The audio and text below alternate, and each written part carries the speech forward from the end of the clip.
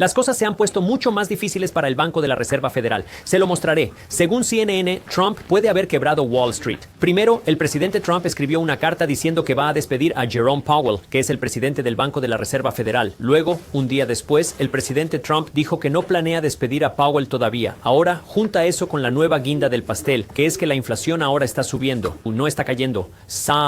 Ahora, la razón por la que todo esto importa es porque el presidente Trump quiere ver un recorte drástico de las tasas de interés. Quiere que los tipos de interés caigan hasta el 1% y la entidad que decide si reducimos o subimos los tipos de interés es el Banco de la Reserva Federal. Y aquí es donde las cosas se ponen interesantes. Generalmente, el Banco de la Reserva Federal recorta los tipos de interés como forma de estimular la economía. Es por eso que durante la pandemia, cuando la economía estaba paralizada, el Banco de la Reserva Federal redujo los tipos de interés lo más bajo posible para animar a la gente a pedir dinero prestado para que la economía se moviera de nuevo.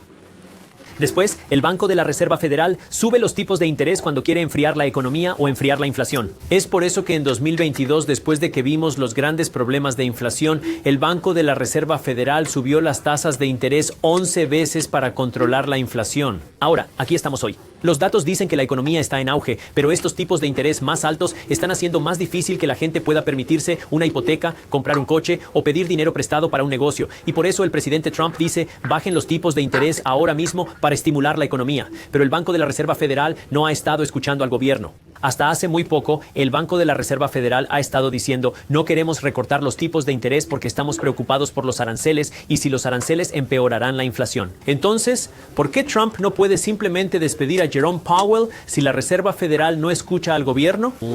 Y la razón es porque, número uno, crearía mucha incertidumbre para los mercados. Y número dos, el Banco de la Reserva Federal en realidad no es parte del gobierno, por lo que el gobierno en realidad no puede despedir al presidente de la Fed tan fácilmente. Pero ahora el Banco de la Reserva Federal está cambiando su discurso, ya no muestra preocupación por los aranceles como antes. Bueno, el informe de inflación más reciente dice que la inflación está subiendo, no bajando, y todavía muchos economistas creen que aún no hemos visto la inflación de los aranceles. Por eso ahora vemos cambio en tono de la Fed, no solo por aranceles, también por inflación, que impide bajar tasas de interés, y esto está creando una mayor disputa entre el gobierno y el Banco de la Reserva Federal. Y esto tiene a Wall Street, esto tiene a los inversores nerviosos, porque si hay más de una disputa entre estas dos entidades que podría crear más incertidumbre en los mercados, y eso podría crear más incertidumbre en la economía. Esto es lo que está pasando. Las últimas cifras de inflación dicen que la inflación es del 2,7% anual y la inflación pobre, que es lo que el Banco de la Reserva Federal mira, que no incluye los alimentos o los costos de energía, esto dice que la inflación es del 2,9% anual.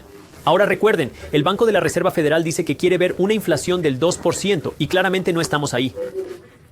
Pero la razón por la que esto importa y por la que quieres prestar atención es porque si tu salario, si tus ahorros, si tu riqueza no está creciendo al menos en esta cantidad, significa que te estás empobreciendo. Porque si no obtienes un aumento equivalente a esto, significa que tu salario va a poder comprarte menos cosas. Y podrías decir, al menos tengo una cuenta de ahorros de alto rendimiento, así mi dinero está seguro y creciendo al pagarme un 3,5% de interés al año. Pero esa cifra puede ser engañosa. Le mostraré por qué. Si tu dinero está en una cuenta de ahorro que gana un 3,5% al año, parecería que estás superando la inflación con ese porcentaje. Pero tienes que recordar que cuando ganas estos intereses, también tienes que pagar impuestos.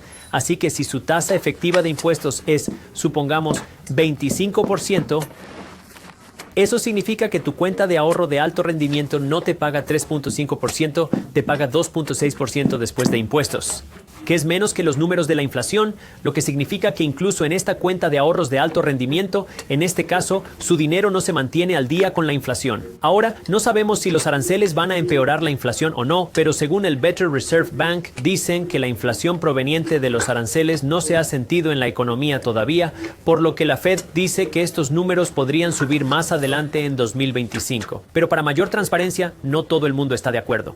La Casa Blanca dice que no vamos a ver ninguna inflación por los aranceles, así que solo el tiempo lo dirá porque mi trabajo no es predecir lo que va a pasar, es ser capaz de encontrar la oportunidad, no importa lo que está pasando. De esa manera, usted puede ser un mejor inversor en lugar de solo confiar en la esperanza. Por eso lo primero que tienes que hacer es entender cómo puedes vencer a la inflación. Aunque obtenga una cuenta de ahorros de alto rendimiento, con un rendimiento superior al 3,5% o incluso que supere la inflación, recuerde que son números promedio. Esta podría no ser la inflación real que estás sintiendo, podría ser mayor. Por ejemplo, en el último informe de inflación, la energía subió más del 7%, los seguros de autos más del 6% y los costos de vivienda un 4%. Todos estos costes son probablemente superiores a estas cifras medias. Así que la forma de vencer a la inflación es preguntarse, ¿quién se beneficia de la inflación? Porque hay beneficiarios cuando hay inflación y ese beneficiario no es otro que los inversores, porque cuando hay más inflación, eso significa que más dólares van a las manos de los propietarios de las empresas que no son otros que los inversores. Por ejemplo, en los últimos 5 años hemos visto una inflación en torno al 24%. Sin embargo, el mercado de valores ha subido más de un 90% en los últimos 5 años. Ahora, la parte difícil de hacer esto, especialmente durante un tiempo donde la inflación es alta, es que las cosas son caras. La inflación que estamos viendo en 2025 está por encima de la inflación de 2024, está por encima de la inflación de 2023, está por encima de la inflación de 2022, está por encima de la inflación de 2021. Y en los últimos 5 años hemos visto que los salarios no crecen lo suficientemente rápido para mantenerse al día con la inflación, lo que significa, sí, es más difícil encontrar dinero para ahorrar e invertir hoy. Pero no va a ser más fácil, y si no empiezas hoy, va a ser más difícil el año que viene y el siguiente. Por eso es tan importante que sistematices tu dinero. Y una forma muy sencilla de empezar es seguir algo como mi plan 75-15-10, que dice que por cada dólar que ganes de aquí en adelante, lo máximo que puedes gastar son 75 centavos. Lo mínimo que debes invertir son 15 céntimos. Y lo mínimo que debes ahorrar son 10 céntimos. Ahora tienes un sistema. Crea 3 cuentas bancarias diferentes. Una cuenta bancaria va a guardar tu dinero para gastos. Una cuenta bancaria guardará tu dinero para invertir. Una cuenta bancaria va a contener su dinero de ahorro.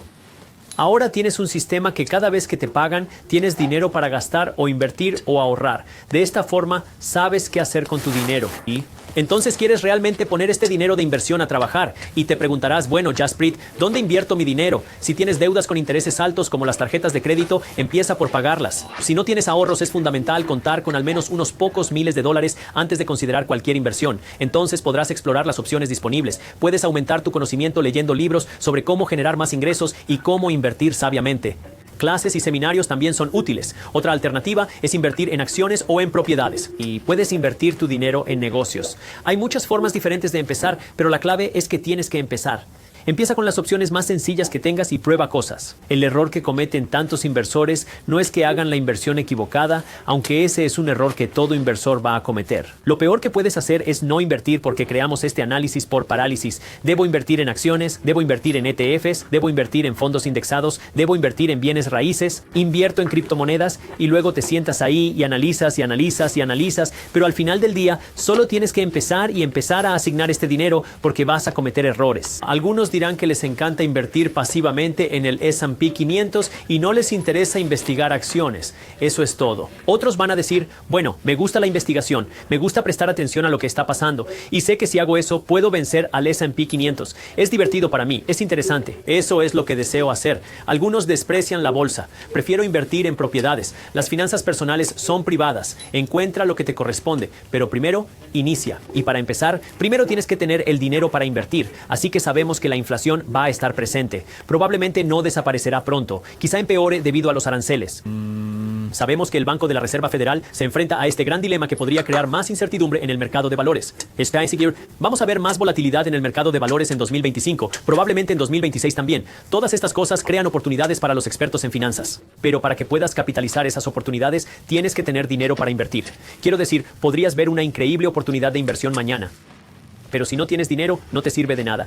El presidente Trump firmó la ley de un gran y hermoso proyecto de ley. Este gran proyecto de ley traerá algunos grandes cambios a nuestra economía, comenzando con algunas grandes exenciones fiscales a grandes fondos para ciertas cosas como más deportaciones. Y la razón por la que usted quiere prestar atención a este proyecto de ley es porque entra en vigor con carácter retroactivo. Entra en vigor el 1 de enero de 2025.